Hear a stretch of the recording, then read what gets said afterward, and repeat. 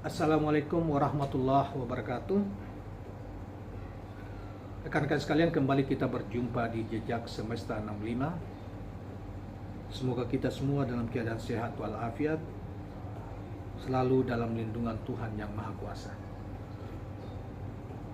Kawan-kawan sekalian, kali ini kita akan sampaikan suatu informasi penting yang kita ambil dari Demokrasi News 15 Maret 2023. Judulnya adalah Pimpinan Komisi 3 DPR RI bingung angka 300 triliun di Kemenkeu tiba-tiba clear. Kok bisa secepat itu? Nah, judul beritanya seperti itu.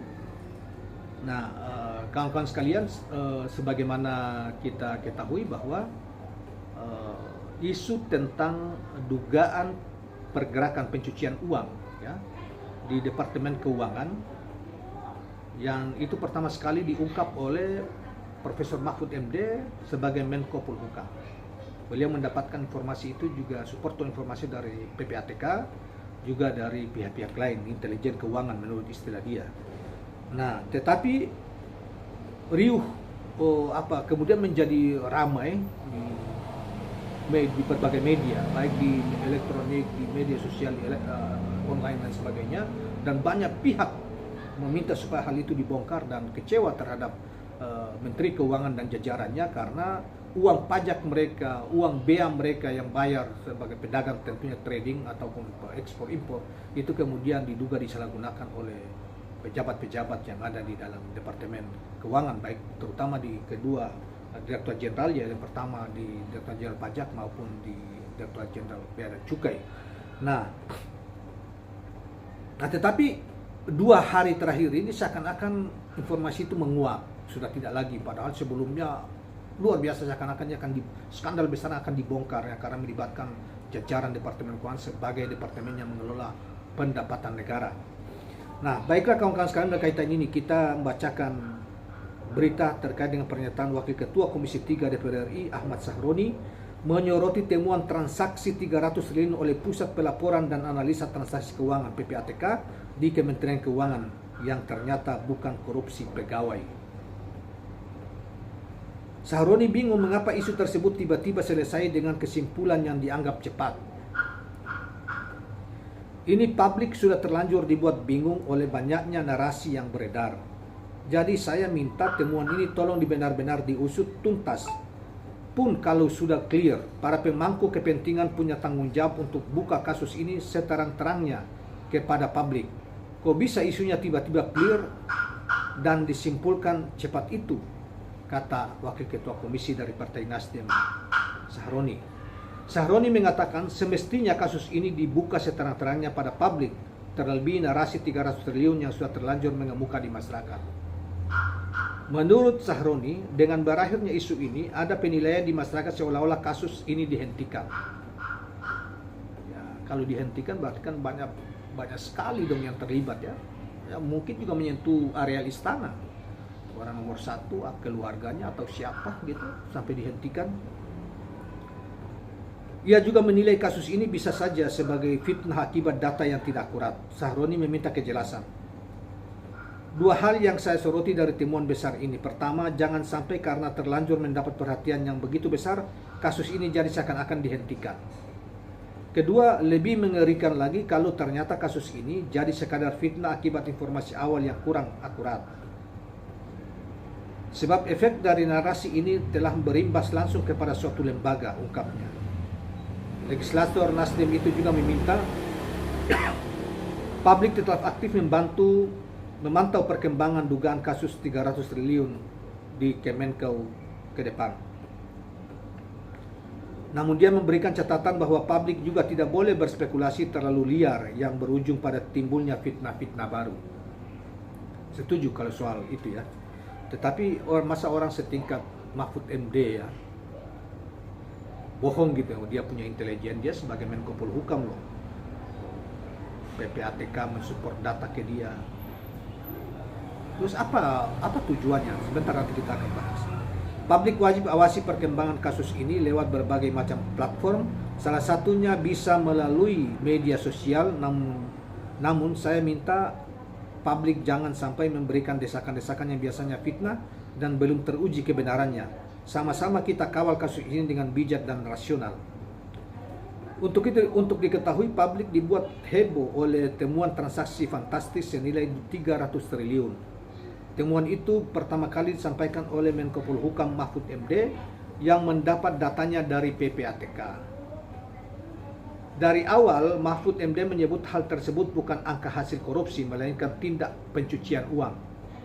Kepala PPATK Ivan Yustiavandana mengatakan transaksi yang sebelumnya disebut 300 triliun di Kemenkeu bukan dari korupsi oknum pegawai.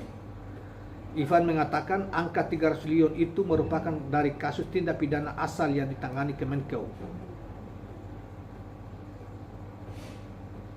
Perlu saya sampaikan bahwa seperti yang teman-teman pahami, Kementerian Keuangan adalah salah satu penyidik tindak pidana asal dari tindak pidana pencucian uang sebagaimana dimaksudkan dalam pasal Undang-Undang Nomor 8 Tahun 2010, sehingga dengan demikian setiap kasus yang terkait dengan kepabeanan maupun kasus yang berkait dengan perpajakan kami sampaikan kepada Kementerian Keuangan. Kasus-kasus itulah yang secara konsekuen logis memiliki nilai luar biasa besar yang kita sebut kemarin 300 triliun. Ujar Kepala PPATK Ivan dalam jumpa pers Selasa 14 Maret 2023. Nah, kawan-kawan sekalian, itulah tanggapan dari Wakil Ketua Komisi 3 Sahroni dan sedikit penjelasan dari Kepala Ketua PPATK Ivan ya. Saudara sekalian, kalau sebetulnya kita tidak ragu ya terhadap penyalahgunaan keuangan yang ada di Direktorat Jenderal Pajak maupun Ditjen Bea Cukai, karena kalau ikuti sejak dahulu kala, maka saya katakan bahwa banyak pegawai rendahan pajak ya maupun di Bea dan Cukai itu saya juga sempat mengenal mereka dan mereka memiliki kekayaan yang luar biasa di zaman, tapi oke lah dianggap pada zaman itu karena masih pajak masih liar. Tapi sekarang ini situasi itu tidak akan mungkin berubah secara drastis, misalnya mereka tertib misalnya dengan tidak korup dan lain sebagainya.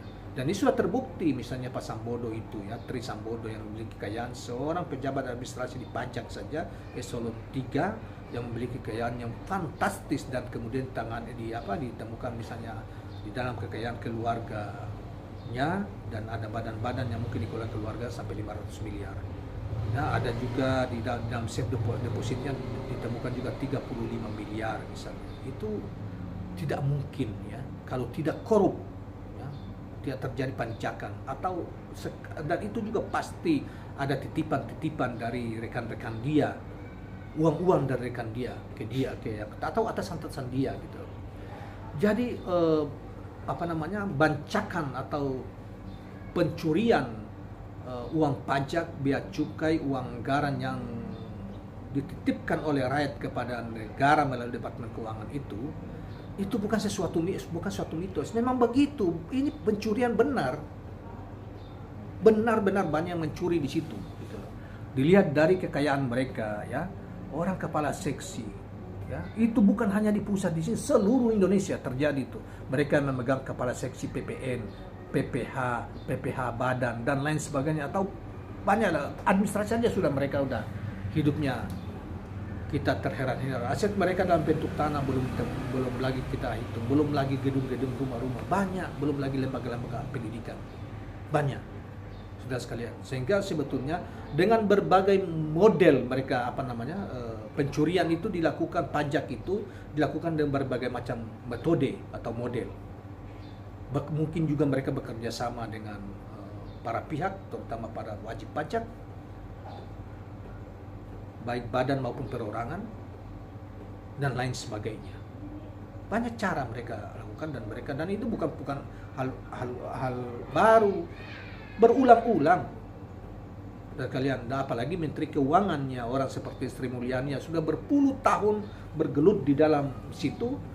Udah tahu liku-likunya dalam, bukan kita curiga, tetapi pantas kita curigai.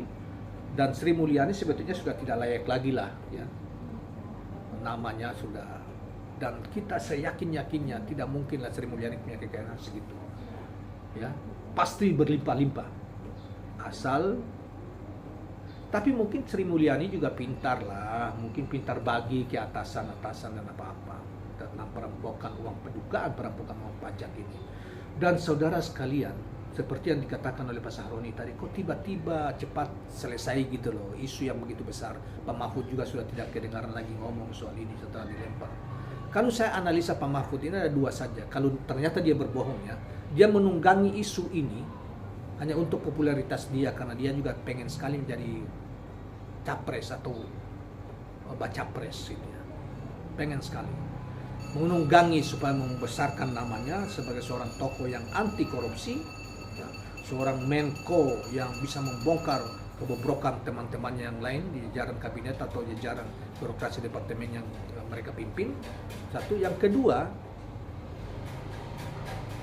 benar adanya ya, yang benar adanya ini kasus, tetapi dia setelah itu ditekan supaya jangan, karena terlalu melibatkan banyak orang, bahkan bisa jadi melibatkan petinggi nomor satu di Republik ini, sehingga udahlah cukup ya, dibuatlah cara penyelesaiannya dengan pernyataannya seperti itu. Tapi ini bukan, sekali lagi, korupsi ini bukan cuma hanya terjadi di Departemen Keuangan, Pak. Seluruh departemen ya, seluruh bukan hanya di pusat saja, kementerian di pusat saja, tetapi merambah ke seluruh daerah. Anda bisa lihat gaya hidup pegawai-pegawai Pemda di daerah-daerah, tampilan rumah-rumah, kendaraan dan lain sebagainya, itu hampir nyaris sesuai dengan jabatan yang mereka punya. Dan mereka tidak punya bisnis, keluarga mereka tidak punya bisnis apa-apa yang lain. Karena itu saudara kepala Bea dan Cukai yang kita baca hari ini agak marah-marah bahwa dia akan karena dianggap menuding korupsi, karena pendapatan dia sebagai kepala Bea Cukai, Kanwil Bea Cukai Sulawesi Selatan, dengan penampilan kekayaan yang dia miliki itu tidak sesuai. Dan kita tahu juga bahwa Bea Cukai adalah sejak dulu adalah salah satu sarang korupsi, penyalahgunaan wewenang, jabatan dan sebagainya. Karena itu ya pemerintah ini bukan hanya, menurut kita, presiden tidak boleh hanya menghimbau supaya jangan menampakkan kekayaan, tetapi presiden harus mendesak Jaksa Agung, Kepolisian Negara, KPK membersihkan. Ini tugas mereka. Kalau tidak bersih banget ya kotor-kotor dikit nggak apa-apa, tetapi membongkar jaringan kejahatan yang dimainkan oleh para pejabat-pejabat, khususnya Departemen Keuangan, yang tahu betul bagaimana pola-pola pencucian uang dan pola-pola mencuri dan menutup. Nah, yang kita heran, KPK kok seakan-akan tidak punya, seakan-akan mati suri menghadapi informasi-informasi yang angkanya begitu besar ini. Jangankan itu, kasus Trisambodo saja, KPK awal-awal mengatakan wah ini bukan orang biasa, orang yang luar biasa. Apa maksudnya komisioner KPK ngomong kayak gitu? Nah, ini kan menunjukkan bahwa ya negeri ini udah rusak sebetulnya, karena ini diperlukan pemimpin yang, walaupun kita tidak perlu berharap 100%, tetapi membawa negeri ini ke rel yang benar, 35-50% itu sudah luar biasa.